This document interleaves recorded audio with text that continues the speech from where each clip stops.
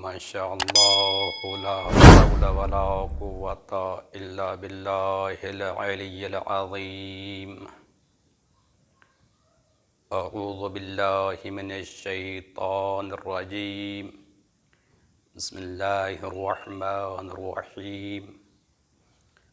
الحمد للہ رب العالمین، ثم الصلاة والسلام علی اشرف الانبیاء والمرسلین وعلی آلہ الطیبین الطاہرین المعصومین، اما بعد فقد قال اللہ عز وجل فی کتابہ المجید۔ بسم اللہ الرحمن الرحیم۔ یا ایہا الذین آمنوا کتب علیکم الصیام کما کتب علی الذین من قبلکم لعلکم تتقون۔ وقال رسول اللہ صلی اللہ علیہ وآلہ وسلم لو یعلم العبد ما فی رمضان لود ان یکون رمضان السنہ۔ معزز سامعین، مومنین کرام، گزشتہ محاضرہ میں آپ کی خدمت اقدس میں بندہ حقیر نے ماہ صیام کے استقبال کے حوالے سے اور ماہ صیام کی خصوصیات کے حوالے سے عرائض پیش کی تھیں، اور آج کا موضوع یہ ہے کہ ایک روزہ دار کے لیے، ایک مومن جو روزہ دار ہوتا ہے، روزہ کی حالت میں اس کی ذمہ داری کیا ہے، حالت صوم میں اسے کیا کرنا چاہیے۔ تو آج مختصر سی گفتگو میں روزہ دار کی ذمہ داریوں کے حوالے سے گوش گزار کروں گا۔ روزہ دار کی پہلی ذمہ داری یہ ہے کہ روزہ کی حالت میں وہ باطہارت رہے۔ طہارت کی دو قسمیں ہوتی ہیں، ظاہری طہارت، لباس کا پاک ہونا، وجود کا پاک ہونا، باوضو ہونا، یہ ہے ظاہری طہارت۔ اور باطنی طہارت یہ ہے کہ انسان کا دل پاک ہو، جس کو طہارت قلبی کہا جاتا ہے۔ اور یہی وہ چیز مہم ہے، چونکہ روزہ دار کے روزے کا دار و مدار اس کی نیت پر ہے، تو نیت کے ساتھ ساتھ اس کا دل بھی پاک ہو، طہارت قلبی ہو۔ اس لیے کہ معصومین علیہ السلام سے جو دعائیں مسنون ہیں، ان دعاؤں میں ایک جملہ یہ بھی ملتا ہے کہ مومن کو چاہیے کہ وہ پروردگار عالم سے دعا مانگے، اللہم رزقنی قلبا زکیہ، اے پروردگار اعلیٰ مجھے پاک و پاکیزہ قلب عطا فرما۔ یہ تو تھی پہلی ذمہ داری ایک روزہ دار کے لیے کہ اس کا دل پاک ہونا چاہیے، اس کا وجود پاک ہونا چاہیے، اس کا لباس صاف ستھرا ہونا چاہیے۔ دوسری ذمہ داری یہ ہے کہ الخشوع فی الصلاۃ، روزہ دار جب نماز پڑھنے لگے تو نماز کے اندر خشوع و خضوع کرے، اس کی نماز خالصتاً خدا کی ذات کے لیے ہو۔ یہی وجہ ہے کہ مولا امیر علیہ السلام ارشاد فرماتے ہیں کہ الصلاۃ قربان کل تقی، نماز جو ہے وہ ہر متقی کو خداوند متعال کے قریب کرتی ہے۔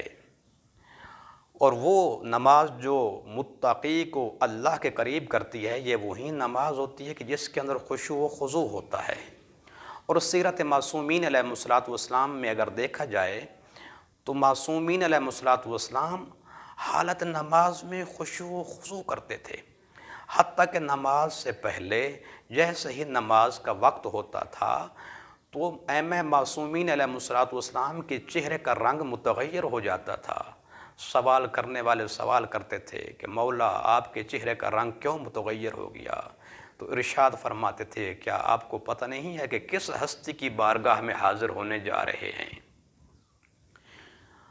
دوسری ذمہ داری الخشوع فی الصلاۃ، نماز کے اندر خشوع و خضوع سے اپنی نماز کو انجام دیا جائے، نماز کے اندر خشوع و خضوع کو اختیار کیا جائے۔ تیسری ذمہ داری قراءۃ القرآن، روزہ دار کثرت سے تلاوت قرآن کرے۔ یہی وجہ ہے کہ حضرت امام رضا علیہ السلام ارشاد فرماتے ہیں کہ من قرأ فی شہر رمضان آیۃ من کتاب اللہ کان کمن ختم القرآن فی غیرہ من الشہور، جو شخص ماہ رمضان المبارک میں اللہ کی کتاب سے ایک آیت پڑھے گا تو گویا ایسے ہے جیسے اس نے دوسرے مہینوں میں ایک ختم قرآن کیا ہے، یعنی ماہ رمضان کے اندر پڑھی جانے والی ایک آیت کا ثواب ختم قرآن کے برابر ملے گا۔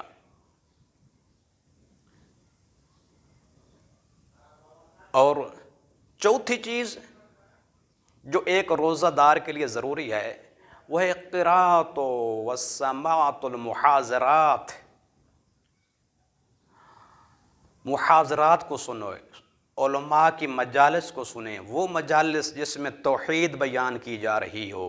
وہ مجالس جس میں نبوت کا درس دیا جا رہا ہو، وہ مجالس جس میں عظمت خدا بیان ہو، جس میں محمد مصطفیٰ صلی اللہ علیہ وآلہ وسلم کی نبوت کے بارے میں بتایا جا رہا ہو، وہ دروس کہ جس کے اندر ائمہ معصومین علیہ السلام کی عصمت و امامت اور ان کے کردار اور سیرت پر روشنی ڈالی جا رہی ہو، وہ محاضرات جس کے اندر علم کلام سے بحث کی جا رہی ہو، وہ محاضرات جس کے اندر ذکر خدا کی طرف متوجہ کیا جا رہا ہو، وہ دروس جس کے اندر جنت اور نعمات جنت کا تذکرہ ہو رہا ہو، وہ محاضرات جس کے اندر وعظ عالم خطیب مومنین کو توبہ کی طرف متوجہ کر رہا ہو، ایسے محاضرات کے اندر شرکت کرنا روزہ دار کے لیے ضروری ہے۔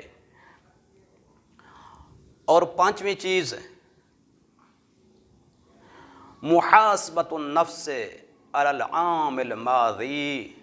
گزشتہ سال جو کچھ ہو چکا ہے اس کا محاسبہ کرے کہ یہ جو ماہ صیام سے پہلے سال گزرا تھا اس میں نے کیا کھویا اور میں نے کیا پایا۔ اور اگلی چیز جو روزہ دار کی ذمہ داری ہے وہ یہ ہے کہ کثرت الصدقات، کثرت کے ساتھ صدقہ دے، اس لیے کہ صدقہ مصیبتوں کو ٹال دیتا ہے۔ ایک شخص سوال کر سکتا ہے کہ وہ شخص جس کے پاس مال نہیں ہے کیا اس کے لیے بھی صدقہ، اس کے لیے بھی حکم ہے صدقہ دینا؟ ہاں اس کے لیے بھی ہے۔ اگر کوئی شخص اپنے ایک کلمہ کے ذریعے، وہ کلمہ جس کلمہ کے ذریعے کسی دوسرے مسلمان اور مومن کو فائدہ پہنچ رہا ہو، اس شخص کا یہ کلمہ بھی صدقہ شمار ہوگا۔ اور اگلی جو ذمہ داری ہے وَالدُّعَاء أَن يُعِينَنَا اللَّهُ عَلَى فِعْلِ ذَلِكَ كُلِّهِ، روزہ دار دعا مانگے پروردگار اعلیٰ مجھے توفیق عطا فرما کہ میں اس مہینے میں تمام کے تمام روزے رکھ سکوں اور اس مہینے کی فیوز و برکات کو سمیٹ سکوں اور اس مہینے کو میں اے اللہ تیرے اطاعت میں گزار سکوں۔ اور اگلی ذمہ داری جو ہے وہ یہ ہے کہ تعلم الفقہ، تعلم و فقہ صوم و فقہ زکوٰۃ، روزہ دار کو چاہیے کہ اس مہینے میں وہ روزہ کے احکام کو سیکھے، زکوٰۃ فطرہ کے احکام کو سیکھے، روزہ کے احکام کو سیکھے کہ کون سی چیزیں ہیں کہ جو روزہ کو باطل کرتی ہیں، وہ کون سے لوگ ہیں کہ جن پر پروردگار عالم نے روزے کو فرض قرار دیا ہے، کن چیزوں سے روزہ باطل ہو جاتا ہے، اگر روزہ باطل ہو جائے تو اس کا کفارہ کیا ہوتا ہے، اگر جان بوجھ کر کوئی شخص روزہ باطل کرتا ہے تو اس کا کفارہ کیا ہے، اگر کوئی سہون اپنے روزے کو افطار کرتا ہے تو اس کے لیے حکم شرعی کیا ہے۔ یہ تمام کے تمام مسائل روزہ دار کو سیکھنے چاہیے۔ اور اگلی ذمہ داری جو روزہ دار پر ہوتی ہے وہ یہ ہے کہ قضاء حوائج المومنین، اپنے مومن بھائیوں کی ضروریات زندگی کو، ان کی حاجات کو پورا کرے۔